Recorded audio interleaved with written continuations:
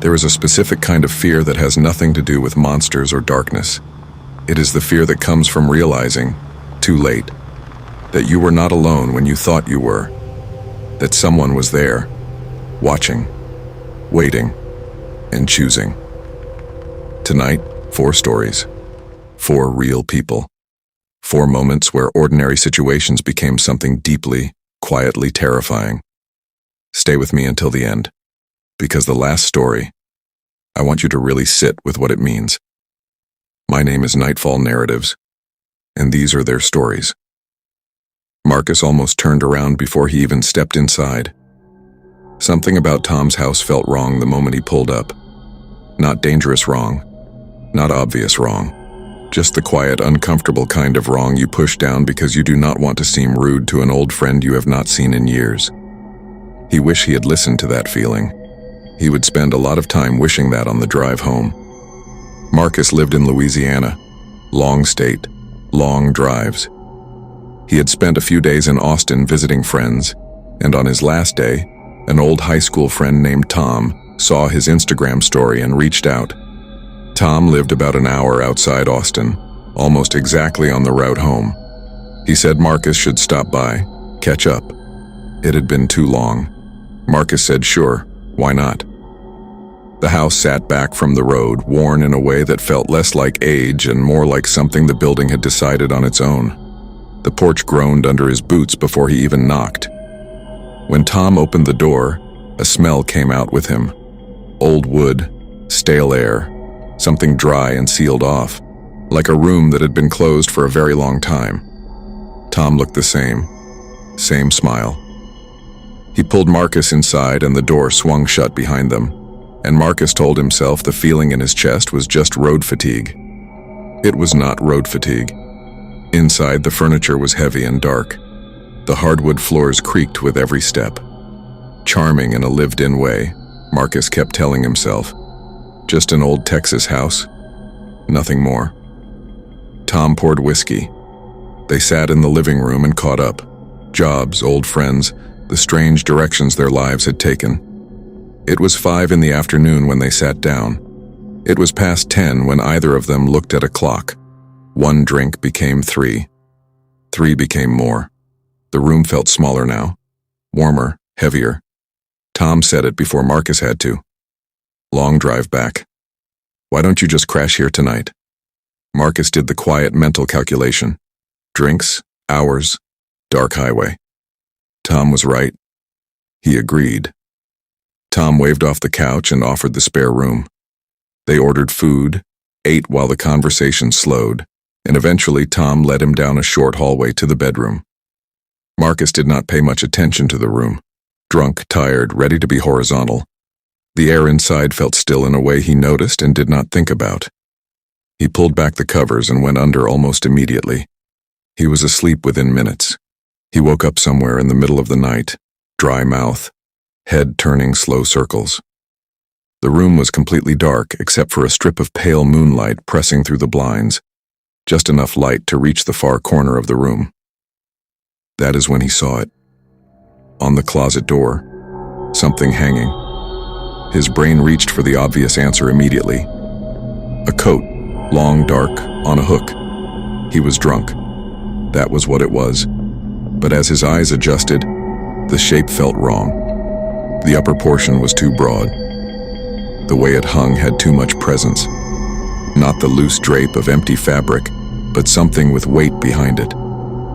Something that held its shape the way fabric alone does not. The moonlight caught the outline and held it, and the more Marcus stared, the less it looked like clothing and the more it looked like a silhouette, like someone standing very still in the corner of the room, watching him sleep. His heart was moving too fast. He told himself it was a coat. He turned over and faced the wall and forced himself back to sleep. When he woke again, pale gray light was coming through the blinds. He turned toward the corner. The coat was gone. Marcus sat up so fast the room tilted. He stared at the closet door. Just a door. No hook, no coat, nothing. He went straight to Tom's room and shook him awake. The coat, Marcus said. The dark coat on the closet door. Tom stared at him. What coat? The black trench coat. On the door. It looked like someone standing there. Tom sat up fully now. His expression did not shift into the guilty smirk of someone caught in a joke. It stayed genuinely confused. I don't own a trench coat. I don't even have a hook on that door. Marcus waited for the admission. The laugh. It never came. They searched the entire house.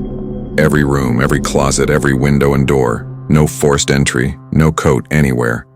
No explanation for what Marcus had seen or where it had gone. Tom suggested a half-dream. The alcohol, the unfamiliar room, the dark. Marcus wanted to believe that. He did not entirely believe it. He packed up as soon as the sun was fully up and hit the road. The whole drive back to Louisiana, his mind kept returning to the same thing. That shape in the corner, the width of those shoulders, the way it held its form in the dark, and then waking up to find it simply gone. To this day, Tom has never admitted to a prank. And that is the part that stays with Marcus, because if it was a joke, he would have eventually said so. That is just how these things go. Tom never said so, which leaves only one other explanation. Someone had been in that house, standing in that corner, watching Marcus sleep. And sometime before dawn, they decided to leave. If you woke up and saw a shape in the corner of an unfamiliar room, what would you do? Let me know in the comments. If this is your first time here, welcome to Nightfall Narratives. Subscribe. New stories every week. Story 2 gets disturbing fast. But what happens in Story 3 is the kind of thing that stays with you for the rest of your life, because of one sentence spoken at the bottom. Most frightening situations announce themselves. There is a sound, a warning, a moment where your instincts fire before your brain catches up. But sometimes the most dangerous situations give you nothing. No signal. Just an ordinary evening that quietly becomes something else entirely while you are not paying attention. This story happened in Sweden. A family road trip. A missed campsite booking. A gravel parking lot at the edge of a forest that a passing hiker told them was perfectly safe. It was not. She was 18. Traveling with her parents and her best friend. We will call her Anna. 8 hours from home, heading to a city with a theme park they planned to visit the next day. They had not booked a campsite. Every spot within a reasonable distance was taken. A football tournament had filled everything up. They had tents. Her father found a designated parking area near a nature reserve and set the GPS. When they arrived, a woman hiking nearby told them it was a fine place to sleep. No wardens, no trouble. They set up. As she got out of the car, she noticed something at the far end of the lot. A car. Old. Rough condition. Empty. She looked at it briefly and looked away. People park here. That is what she told herself. She did not think about it again. By midnight, her parents were asleep in their tent. She and Anna were still on their phones when they heard a metallic scrape from the parking lot. Heavy. Against gravel. Like something long and solid being dragged across the ground. It came from the direction of the abandoned car. They went completely still. The sound shifted, something heavy thrown into a trunk. A dull thud, the trunk slamming shut, then an engine turning over, then the car left fast. Not the way someone leaves when they are tired and ready to go home. Fast, like someone who needed to be somewhere else immediately. She texted a friend in the nearest city and told him where they were. His reply came back within minutes. He told her that beach nearby had a bad reputation. Organized criminal activity. It was not a place to camp at night. She sat with her phone and felt cold in a way that had nothing to do with the temperature outside. 10 minutes passed in silence. She and Anna were just starting to breathe again when the scream came. From the trees, a man's voice. Not words, just a scream, raw and sharp, and cut off too suddenly. The way sounds stop when something makes them stop. She called her mother.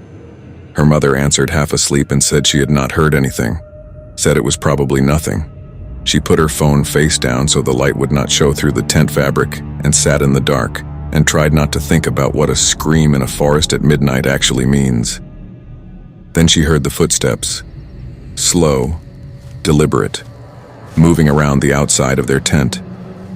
Not an animal. Footsteps, measured and careful, the way someone moves when they are trying not to be heard but not quite managing it. The footsteps circled their tent, then moved toward her parents' tent, then circled the car parked nearby, then stopped. Silence. The kind of silence that means someone is standing still. Then the headlights came back. The same car returned to the lot. Its lights swept across the tents, and she and Anna pressed themselves flat against the ground and held their breath. She forced herself to look through the small gap in the tent window. She saw the car door close. It left again, faster this time. 5 minutes later, another car came down that road. This one had lights across the top. A police car, moving fast in the same direction the other car had gone. She watched until the lights disappeared. They moved into the locked car and sat upright in the back seat while the forest stood dark and silent around them. She kept watch until nearly 5 in the morning. Anna fell asleep against her shoulder somewhere around 3. In the morning, she told her mother everything. Her mother went very quiet. She had heard the footsteps too, and she had heard something else, something her daughter had not mentioned. Heavy breathing, close to the tent wall, slow and deliberate, the kind that belongs to someone standing just outside and listening. Her father had slept through all of it. They packed in silence and left without discussion. That evening, she looked up the nature reserve on her phone. A short time before their visit, a man had been murdered in that forest. Stabbed, gang-related. 2 men had gone missing from that exact beach and were never found. What was someone doing with a shovel in that parking lot at midnight? Who screamed in those trees, and why did it stop so suddenly? Who was walking around their tents in the dark, breathing slowly, deciding something? She never found out. None of them did. Would you have stayed in that car all night? Drop a comment. Story 3 is next, and by the end of it, there is one question that has never been answered, one that the parents refuse to explain to this day. Stay with me. There is something uniquely unsettling about a voice you almost recognize. Not a stranger's voice. A voice that is close. Just close enough to make you hesitate, and just wrong enough to make the hair on the back of your neck rise before your brain can explain why. 2 children heard exactly that, in the dark, at the top of a staircase. And the decision that kept them safe that night was made by a 6-year-old. He was 6. His brother Keith was 8. They shared a bedroom on the 2nd floor. Their parents slept downstairs. Bedtime was 8:30, no exceptions. He was shaken awake in the dark by Keith. Keith put a finger to his lips. He whispered 2 words. Listen. Just listen. He listened. It was their mother's voice, coming from downstairs, very quiet, almost too quiet, saying their names. His first instinct was to go answer her. Keith grabbed his arm. "That is not Mom." He told Keith to stop it. But Keith said it again, more quietly this time. "Just go to the door. Really listen." He pressed his ear against the bedroom door. Through the wood, the voice was a little clearer, still soft, still saying their names. He came back and said it was Mom. Keith shook his head. "That is not Mom." He opened the stairway door. Just a crack, just enough to see through the gap. At the bottom of the stairs, in the low light of the 1st floor, there was a woman, standing still, looking up. He knew immediately it was not his mother. He could not explain how he knew. He just knew, the way a child knows something is wrong before they have the words for it. She saw him at the same moment, and in a soft, perfectly pleasant voice, she said, "Hi, sweetie. Come on down." He slammed the door. He ran back into the bedroom and locked both doors and started crying. Keith kept saying, "I told you."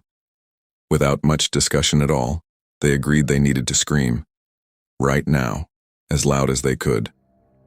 On 3, they stomped the floor and screamed. Their parents came up the stairs fast. Their father was furious about the locked door until he saw his younger son's face. The anger stopped immediately. Their mother went very still when they told her. She confirmed quietly that she had not been at the bottom of the stairs. She had been in bed. She had not called their names. Their father went downstairs to look around. Their mother stayed with them. She told them to lock the door when she left. That was the first time she had ever said that. After a while, the doorbell rang. He and Keith moved to the window. A police car was parked out front. They stayed in the room. And later, when they begged to know who she was and what had happened, their parents gave them nothing. Just that it was a random intruder. They were safe. Nothing to worry about. They said they were proud of them for not going downstairs. He is older now. He has asked his parents about it more than once, most recently over dinner. His parents still say the same thing. Random intruder. Nobody they knew. But there is one detail that has never been explained. One detail his parents have never once addressed. The woman at the bottom of the stairs, the one who should not have known anything about that house or the children inside it, had called them by name. Not "Hey kids," their names. Keith, Mikey. She knew exactly who they were. Whatever that was, whoever she was. Those 2 boys staying in that room is the reason I am telling this story instead of a very different one. What do you think the parents knew? Leave a comment. I genuinely want to know what you think. The last story is next, and unlike the others, this one does not end when the danger passes. Because the part that haunts her most happened after it was all over. The most frightening thing is not being followed. The most frightening thing is realizing that the person following you already knows where you live. She was 16. No car of her own. Her friend Haley lived about 20 minutes away on foot, and one weekend Haley had people over while her parents were out. Her mother dropped her off and said to walk home or find a ride if it got late. She was going on a date. She would not be back early. The evening was easy and low-key until boys from school showed up unexpectedly, including one she had complicated history with and no interest in seeing. She was annoyed. She made that clear over text, and she left. 20 minutes from home. Quiet neighborhood. Late but not alarming. She had walked these streets plenty of times. She was not paying attention to the sound behind her. It took about 5 minutes to notice. She slowed her pace. The footsteps behind her slowed too. She turned around. A man. Middle-aged. Hooded sweatshirt, hood up, hands in the front pocket, smiling at her. "How are you doing?" he said. She said hi and kept walking. People walk at night. It is a neighborhood. She told herself this. She glanced back a minute later. Still there. Same distance, same pace.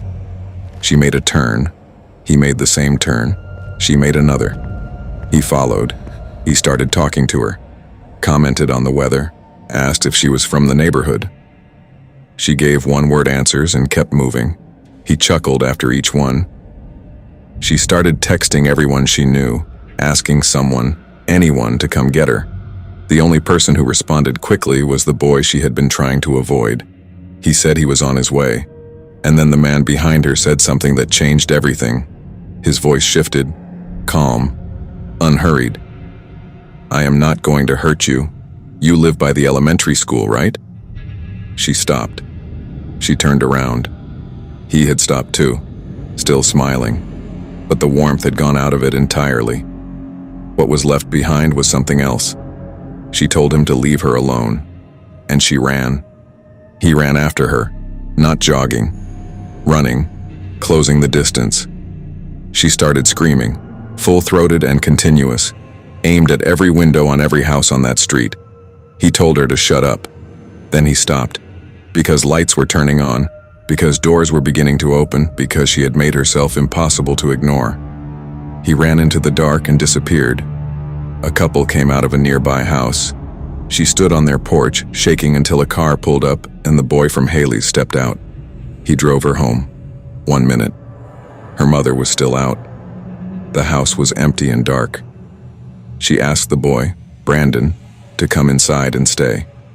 They were upstairs talking, trying to come down from what had happened when they heard something. Footsteps. Outside. Circling the house. Then the backyard gate. Creaking open. Her mother never used that entrance. Nobody did. She and Brandon went still. They moved to the window and looked down into the yard. No movement visible, no shape in the dark, just the sound of the gate settling, and then silence, and then a voice, from directly below the window, low, unhurried, like he had all the time in the world. "I see you up there." Brandon called 911. The police came. She gave a full description, what he looked like, what he was wearing, what he had said, turn by turn, street by street. The fact that he had known which elementary school was near her house, the fact that he had followed her home, the fact that he had stood beneath her window and spoken to her like he had every right to be there. Her mother arrived home shortly after. She looked at the police car parked out front. Then she looked at her daughter's face. A unit stayed parked on the block through the night. The aftermath was slow and permanent. She stopped walking at night. She avoided the backyard even in daylight. Her mother had a security system installed. Cameras everywhere, none of them hidden. All of them visible. All of them pointed outward. A year later, they sold the house. Because her mother could not stand watching her daughter be afraid in her own home every single day. The man was never identified. Never found. And what she thinks about most, even now, is not the footsteps on the street, not the voice from the backyard. It is that one sentence, spoken calmly, like he had already known it for a while. "You live by the elementary school, right?" He had seen her before that night. He had watched her before she knew she was being watched. Somewhere between her ordinary daily life and that evening, a man had quietly decided to learn who she was, what she looked like, where she lived, what route she walked, and she had gone about her life completely unaware. That is the thought I want to leave you with tonight. Not every threat announces itself. Some are quiet, patient. They watch from a distance and wait and build their knowledge slowly while you are completely unaware. Pay attention to the things that feel slightly wrong. The person who appears one too many times. The car that takes the same turns. The stranger who knows just a little more than they should. Your instincts are not overreacting. They are doing their job. 4 real stories. 4 real people. The man who woke up to a shape in the corner that should not have been there, and was gone by morning. The family who slept in a forest where people had already disappeared. 2 children who heard their own names spoken by a stranger standing in the dark at the bottom of the stairs. And a girl who realized, too late, that she had been watched long before she ever noticed. If these stories stayed with you, if even one of them made you think twice, share this video. Let someone else hear them. And if you are not subscribed to Nightfall Narratives yet, now is a good time. We are here every week. True stories, real fear, no monsters required. Leave a comment before you go. Tell me which story got to you the most. I will see you in the next one. Stay safe out there.